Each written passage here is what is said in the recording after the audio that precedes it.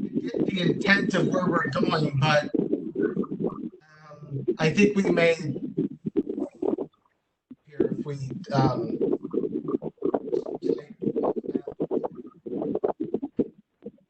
wants to chime in. I think she knows. Is that true, Kirsten?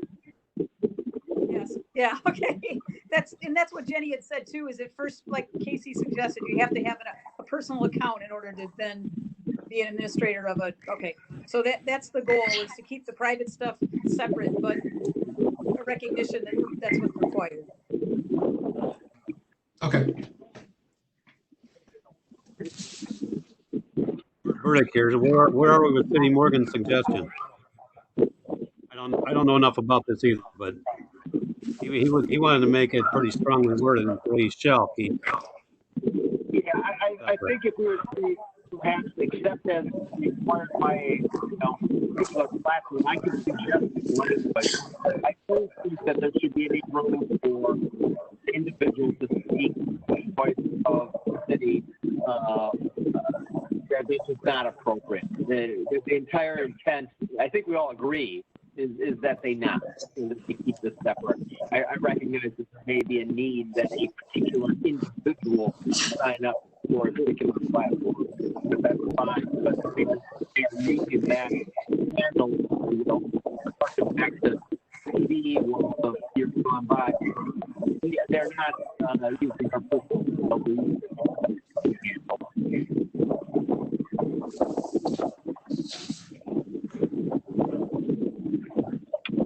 I'm struggling to hear Bill Morgan. I don't know if anyone else is.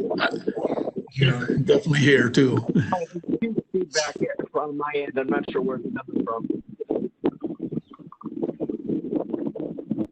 It looks as though Verdict here, but I think I got the gist of what he's saying is we leave it as is. Highly recommend. it looks like one of the callers has call-in users has got a lot of feedback going on by the one that keeps flashing up on the screen here. Anyone who's not speaking, mute, please.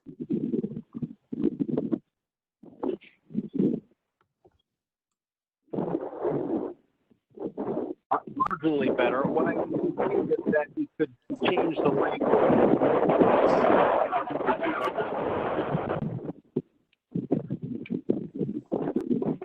I don't know what my phone. I apologize. I have nothing else on here though. I think it's call-in user number 4 has got all the feedback coming on because that keeps flashing that it's active here. I don't know who that is.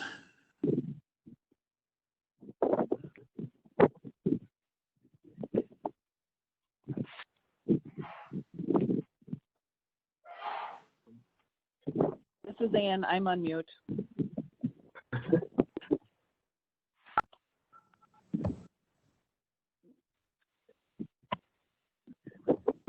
What I can do is I can send some suggested language to Wendy for consideration tomorrow. All right. Would the council like to see it back, or will you accept Bill Morgan's suggested language to try to address this issue? Verdict, I accept. I would accept too. This is Davis.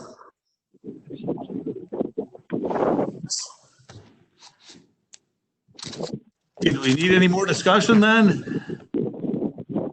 Yes, this is Reynolds. Okay. So I had a question for the city attorney, and maybe Justice Pope can help me out here. In the state of Wisconsin, we have in Article 1, Section 3, right, which mimics the First Amendment, but it's a lot more specifically worded. I'm wondering if there's any case law regarding municipalities or any political body enacting laws restricting its staff's speech. This is Attorney Morgan. There are lots of cases dealing with that, both in Wisconsin and elsewhere. You do not lose your free right when you become an employee of the municipality. But and potentially terminated. Attorney, I'm having a really hard time understanding what you're saying through the call.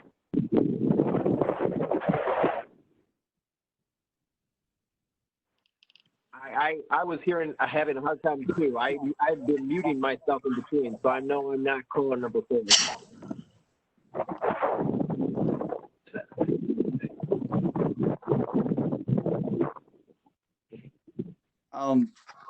Your Honor, Justice Pope, would you, I think you're on this call. Would you be able to maybe answer my question? I can't understand Attorney Morgan at all. I'm having too much feedback.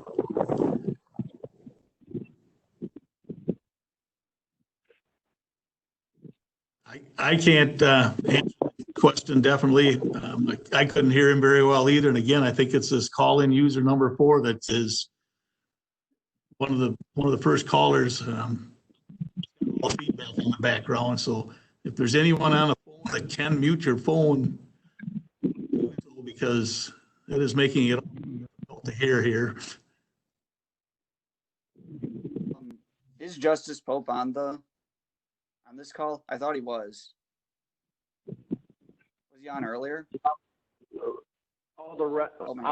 Okay. Can you hear me a little better now? It seems like it's slowed down. Yes, I can hear you much better now.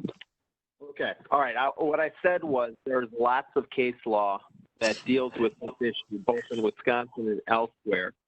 And the general rule is that you do not lose your free speech rights when you become an employee of a municipality, but you also can be disciplined and up until including terminated for certain speech. And harass and your free speech rights and engage in harassing, defamatory conduct. Plus, if what you are saying is so disruptive to the operations of the municipality, that can also be a cause for discipline.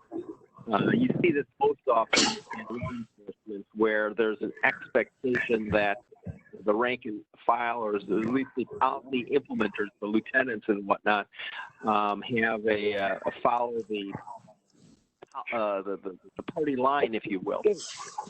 But there is been lots of litigation. I expect there to be lots more litigation on this. It is an area of the law that is constantly evolving. If you have a specific question, I'd be happy to talk about it either today or offline, because it is a very interesting area of the law.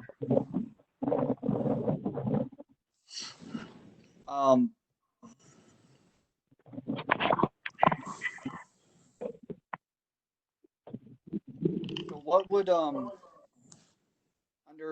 line 4, I'm sorry. It makes a list of things that are example of being prohibited. I guess what I'm asking is, where would the line be between something that's free speech and something that's hurting the city's image? Is there a definable line established by case law? Is there like a test that the courts have laid out for differentiating this? No, I wish there was. It is sort of the old standard. You know it when you see it. Now, if, for example, in the category of what is appropriate speech, if employers are talking about their wages, that's appropriate. If they are talking about a snow removal policy, perhaps, that may be appropriate. Where it might be inappropriate, certainly I think you understand, and I think we all understand, that if you are calling a supervisor defamatory, using defamatory language to speak about a supervisor, that he's a thief, that he's nothing but a clerk, he's a wife abuser, etc. Something that has there's nothing, no public interest in it, even if it were true, that could be a problem. And that would likely result in termination, just the same as it would if they wrote this and posted on the employee bulletin board. That was not public interest. Where you see the line gets particularly fuzzy, again, is in law enforcement, where perhaps the administration has one view of what type of laws should be enforced and how they should be enforced, and someone that is perhaps running for the position sees it a different way. Well, they have political speech that's protected, but they can still be disciplined for not being in more or less lockstep. Again, it's very nuanced. It is fact-driven. It is. I don't see anything in this policy as being particularly problematic that way. It is merely telling people what they already know, is that what they say can have an effect, that they can't hide behind the First Amendment and bully or harass or defame people. That should be. It should not need to be said, but sometimes people need to be reminded. The other thing I think that this policy does well is remind them that they are not speakers for the city, and that if they are commenting on something that impacts the is related to the duties that we carry on, that they need to say, this is my view. This is not. I'm not speaking on behalf of the city. I'm speaking as my own person. I think that's important to remind them. Okay. One hypothetical I have. It says here that we can't, or employees can't post things about other employees. Would this include a staff member posting something about an elected official? Because I think that definitely would be covered under the First Amendment in Section 3.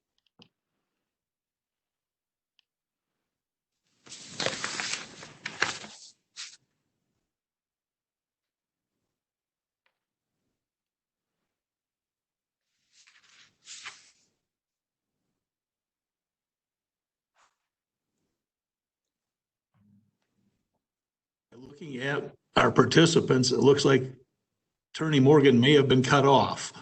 Oh, No, I'm back. I'm sorry. I hit hang up instead of mute. Okay. But I did hear the question, or at least I got the gist, and I agree with you. That would be protected speech. If they're as long as they're not again using defamatory or harassing or threatening, things that you can't do normally. If they're simply disagreeing with an elected official, that is not something that they would be. That they have not left their right at the door, so to speak.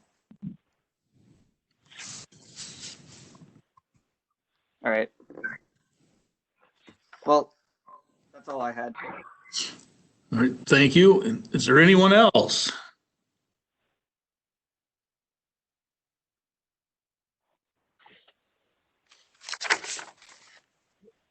If there's no other discussion, roll call.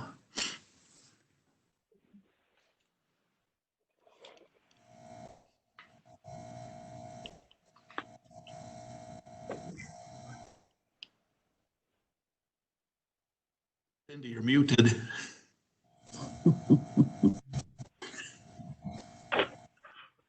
You're right, I was muted. Davis? Yes.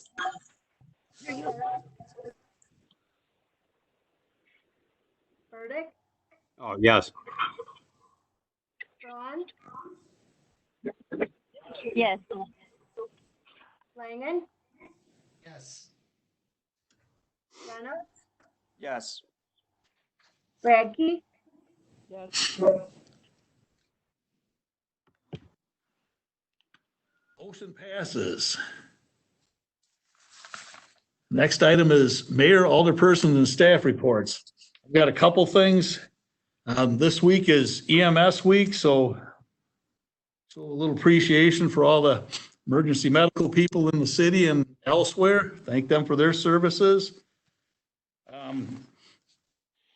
Somewhat of a graduation ceremony this week for the, this week or in a couple weeks of ongoing with the different things, but congratulations to all the graduates in the city and elsewhere also.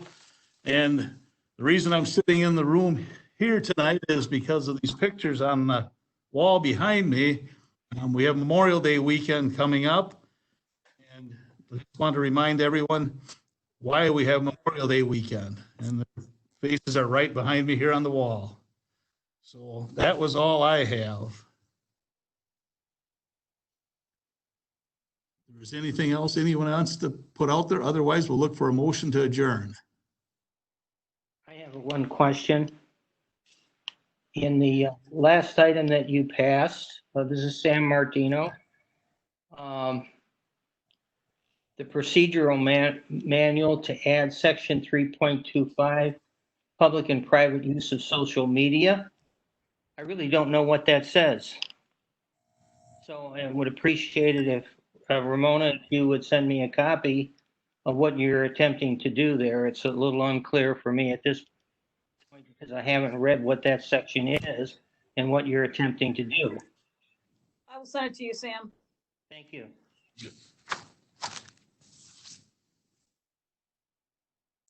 Braun, I'll make a motion to adjourn. Radke, second. Motion and a second. Roll call, please. Braun, Yes. Radke, Yes. Langen, Davis, Reynolds, Yes. Radke. Radke, sorry. Everybody, Not everybody. we are adjourned. We are adjourned. Thank you.